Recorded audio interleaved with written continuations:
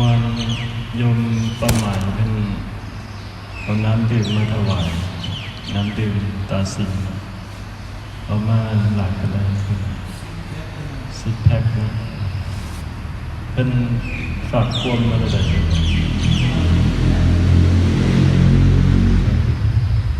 โยมประหมายเป็นการเอาน้ำมารวมทำบุญถวายไว้ที่วัดก็เห็นอารถแล่นเข้ามาอยู่แต่ไม่รู้ว่าของใครพอดีครูบาเป็นบอกของประมาณก็อนุโมทนาน้ำเพิ่นไม่ค่อยได้เห็นเพิ่นหล่นละเคยได้เห็นกันเลยก็ขึ้นทอดด้วยปกติก็สิมีงานมีการมีบุญมีงานก็สิมาซอยมาทำบุญก็สิมาให้ความอุปถัมภ์เอาบุญนำแต่ว่าก็บ่ค่อยเห็นเพิ่นแต่ว่าเห็นเพิ่นเอาน้ำมาดีใจนะเป็นบุญดีใจอยู่อนุโมทนาสาธุให้ได้บุญนำเฮาผู้กันอันน่าโยมมันแต่เป็นอะไรมันงามหรือบ่งามนะแม่นบ่มันคือเป็นเส้นน้อยๆเป็นจะได้กลิ่นอยู่บ่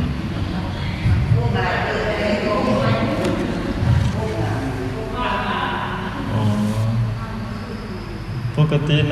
นาทงนั้นน่ะงามกว่าหมู่สุปีนะครับสุปีงามกว่าหมู่แม่นทั้งสองฝั่งฝากทางน่ะงามกว่าหมู่แต่ว่าปีนี้คือเป็นได้ไหนเป็นเส้นๆที่ได้กินอยู่บ่ค่อยว่าองค์ปณดีได้สวยงามอยู่เข้านะอยู่ว่าผู้ใดเป็นคนเห็นหลายล่า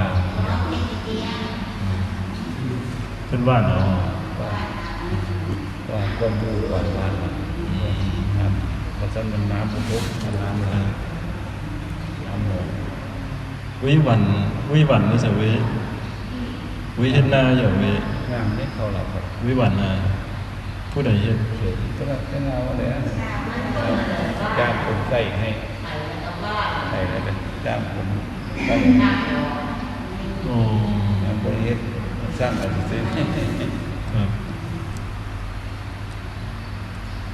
ก็เบิ่งฟ้าเบิ่งฝน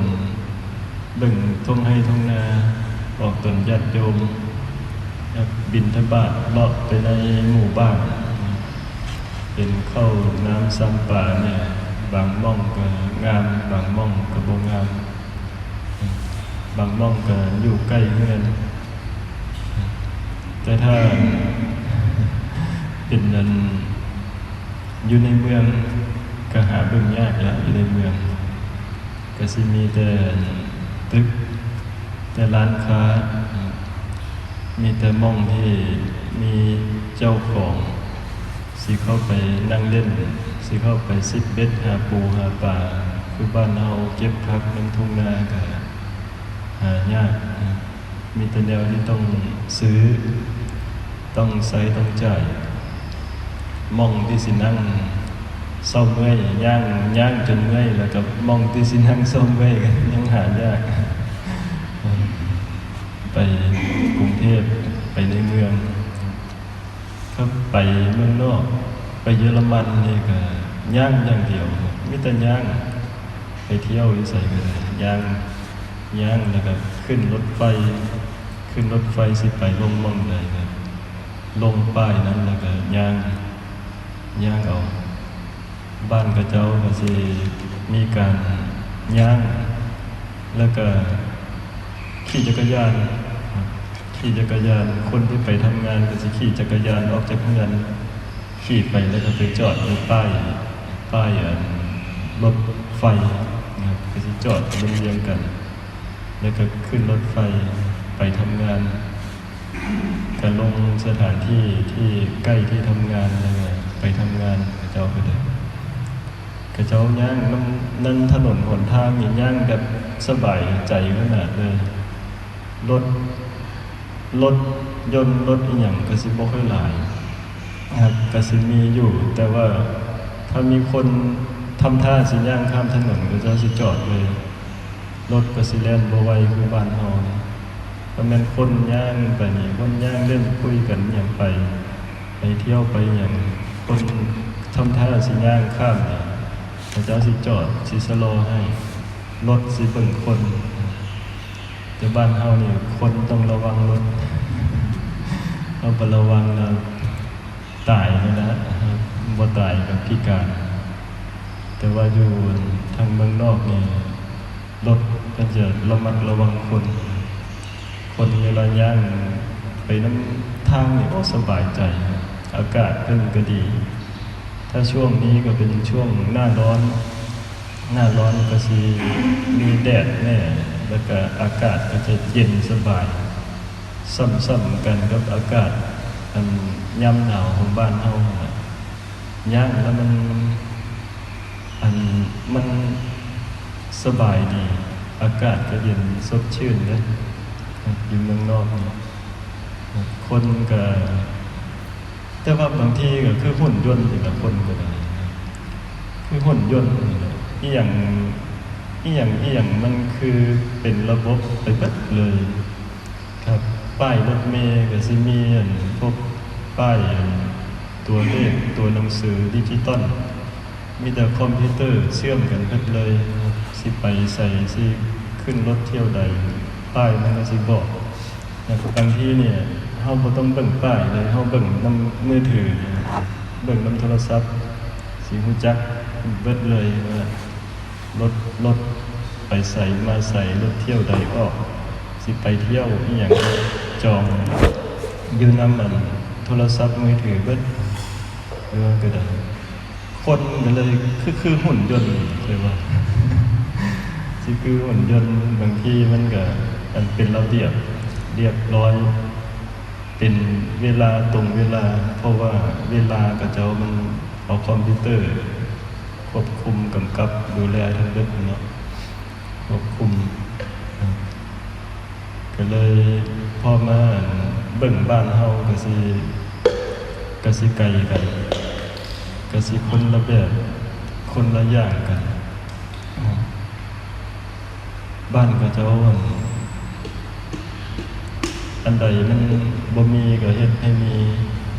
อันใดบ่สบายก็คิดคนขึ้นมาให้มันสะดวกสบายอันใดมัน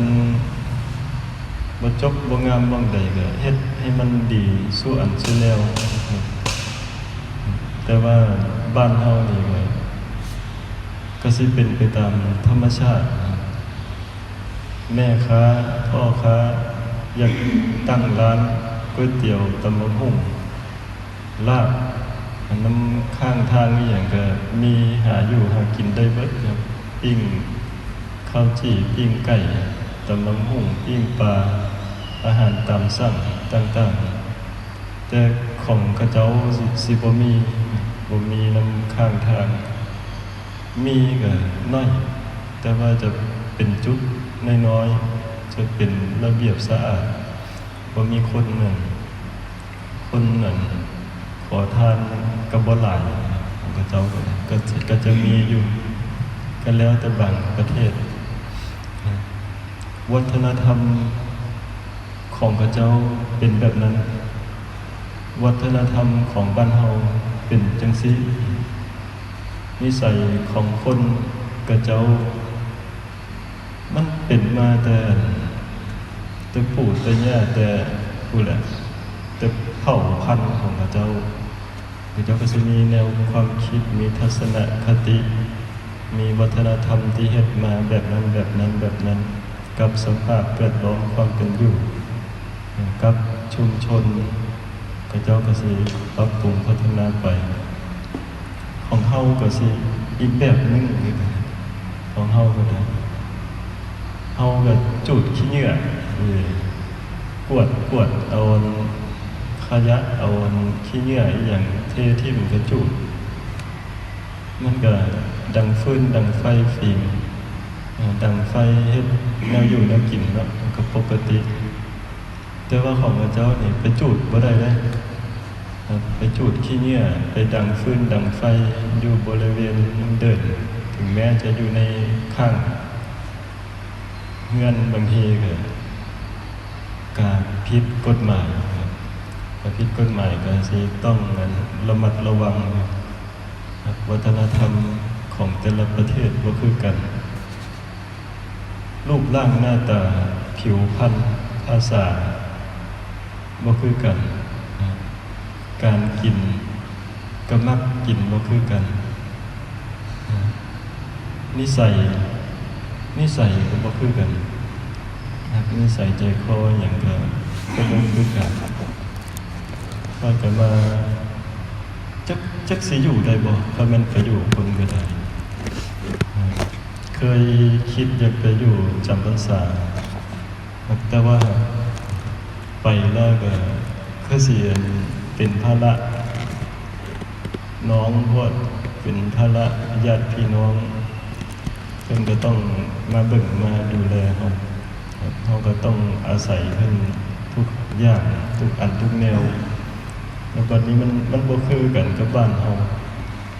บ่คือกันถึงแม้ว่าจะอยู่ในเมืองอยู่ในกรุงเทพก็สิอีกแบบนึงแต่ว่าถ้าไปอยู่เมืองนอกก็สิแตกต่างกันไปเลยอยู่บ้านเฮาวัฒนธรรมของเฮาเป็นแบบนี้มีความเชื่อความศรัทธามีแนวความคิดมาแต่ปู่แต่ย่าแบบนี้เฮาเชื่อเฮาเข้าใจคือกันไปแบบพุทธนี่ก็เจ้าบ่ได้คิดคือเฮาบ่ได้มีความเชื่อบ่ได้มีความศรัทธาคือเฮาว่าเฮ็ดจังซี่ดีก็เจ้าเพราะว่าคือเฮ็ดจังซี่สินะแล้วแต่ความคิดก็สิบ่คือกันความคิดก็แตกต่างกันไปเยอรมันไปฝรั่งเศสไปเบลเยียมครับเข้าไปก็บางทีก็เจ้าก็สิมองเป็นแปลกๆไปเป็นยาคูไปเนาะก็สิมองเป็นแปลกๆมองเป็นบ่มีอีหยังที่สิต้องให้ความสนใจหรือว่าให้ความสำคัญแต่ว่าก็คิดอยู่แล้วล่ะว่าจักสิพออีหยังบางทีเฮาไปบางม่องมันเป็นชุมชนของศาสนาที่เขาเจ้าบ่มักศาสนาพุทธจังซี่เป็นชุมชนที่เป็นชุมชนของเขาเจ้าคนกลุ่มอื่นชนชาติอื่นหรือว่าศาสนาอื่นกายไปก็มักจะดูถูกมักจะมองบางทีก็ทำร้ายบางทีก็ทำร้ายถือคนบ่ดีนะเจ้าก็ทำร้ายเขาได้นะนั่นแหละอันนี้ก็ยากอยู่เพิ่นก็เป็นห่วงก็เลยว่าบ้านเฮามีศาสนาพุทธแต่ปู่แต่ย่าแต่บรรพบุรุษมีการถือศีลมีการประพฤติปฏิบัติธรรมมีการเคารพให้เกียรติอ่อนน้อมถ่อมตนมีการอยู่กันเป็นชุมชนเป็นครอบครัวมีพ่อมีแม่มีลูกมีหลานมีพ่ออุ้ยแม่อุ้ยอยู่เฮือนเดียวกันไปเฮ็ดการเฮ็ดงานมากลับมาได้เห็นหน้ากันกินข้าวนำกันครับฮักแพงกันเล็กน้อยเคารพพ่ออุ้ยแม่อุ้ยรู้จักว่าพ่ออุ้ยแม่อุ้ยพ่อแม่ก็สิบอกต่อว่าเพิ่น ดีนั้นดีนั้นนี้ก็สิมีผู้บอกผู้สอนแต่ว่าอยู่เมืองนอกนี่บ่มีแบบนี้นะคำนั้นน่ะเด็กน้อยพอใหญ่แล้วทางเจ้าก็สิให้ออกไปเองไปเรียนไปทำงานหาเงินเองเลี้ยงเจ้าของสอนให้รู้จักเอาตัวเองรอดสอนให้หาอาชีพการงานทำงานของตัวเองมีครอบครัวเลี้ยงดูครอบครัวเจ้าของน้อยที่เพิ่นสิได้กลับมาอยู่พร้อมหน้าพร้อมตาอบอุ่นผู้เฒ่าผู้แก่ก็สิไปอยู่หม้องเหมือนที่พักคนชราพุ่นล่ะบางทีเด็กน้อยลูกหลานก็บ่ได้รู้จักหรือว่าบ่ได้เห็นคุณค่าของผู้เฒ่าผู้แก่ของญาติพี่น้องวัฒนธรรมก็สิบ่คือกันไปมันก็สิเปลี่ยนไปตามยุคตามสมัยสภาพแวดล้อมแม้แต่ลูกหลานที่เป็นคนทางเฮาสิไปอยู่พุ่นแล้วก็เป็นฝรั่งไปหาเขาบ่จักความบ่นำเขาได้ก็ได้บ่จักความเฮ็ดนำมันก็บ่จักความเฮ็ดนำเฮาบ่จักนกบ่จักไหว้กราบเนาะจักสิกราบได้หยังยังครูเป็นพระสิกราบเฮ็ดหยังกราบเพื่ออีหยังสิเคารพนับถือเฮ็ดหยังเป็นหยังต้องกราบต้องเคารพต้องไหว้สิมันก็สิมีคำถามในหัวสมองของกระเจ้าก็สิเป็นคำถามไปตลอดแต่ว่าอยู่ในชุมชนอยู่บ้านนอกของเฮาเนี่ยมันก็เห็นอยู่เป็นปกติเข้าวัดเข้าว่า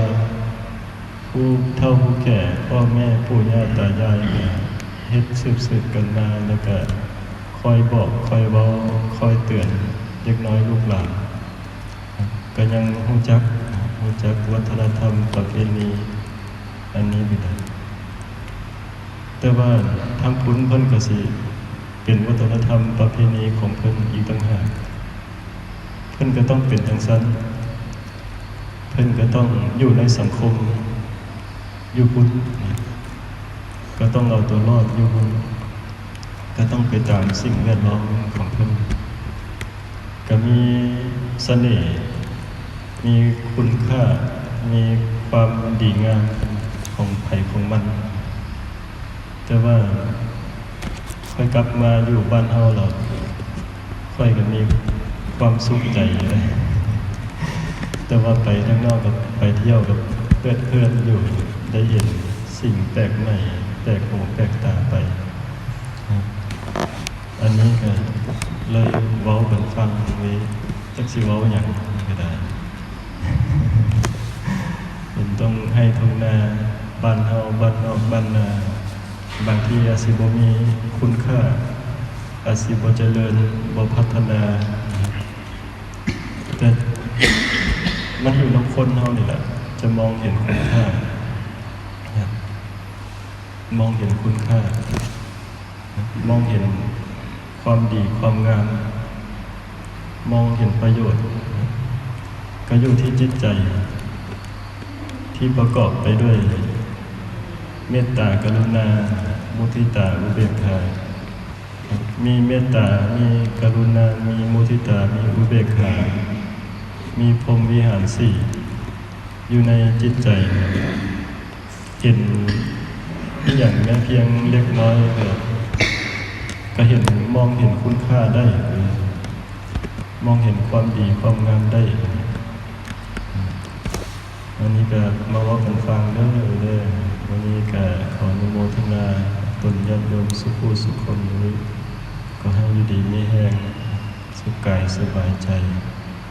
ตั้งใจรับพรเด้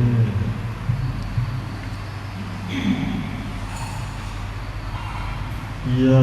ทังวริวหาปุรังปริปุ สะคารังเอวะเมวะอิโตทินังเปตานังอุปกัปปติยิจฉิตังปฏิตังตุมหังคิปะเมวะสมิจฉตุสัพเพปุเรนตุสังกปปาจันโทปนรสโสยถามณิโชติระโสยถาอิติโยวิวัจจันตุสัมภโรโควินาศสันตุมาเตภวัตวันตารายโยสุขีทีขา ยุโกภวะอภิวาสิริสนิจจังวุฒาปัจจายโนจันตารโอธรรมวัฏฐันติอายุวันโนสุขังภาลังอายัญจะโคทาคินาทินาสังฆามิสุบัติติตาการันตังอิตายาสัทธานาโสอุปกัมปติโสยาติธรรมโมจะอายังนิทัสสิโกเปตานะปุจจาจักตารังพลังจัมพิคุนัมมโนปฏินังตุเมปุญญังปัสสุตังอนาปกันติภวตุสัมภมังคลังรักขันตุสัมภเทวตาสัมภพุทธานุภาเวนัสสะทานโสทิภวันตุเตภวันตุสัมภมังคลังรักขันตุสัมภเทวตาตัทธัมมานุภาเวนัสสะทานโสทิภวันตุเตภวันตุสัมภมังคลังรักขันตุสัมภเทวตาสัมภสังฆามุภาเวนัสสะทานโสทิ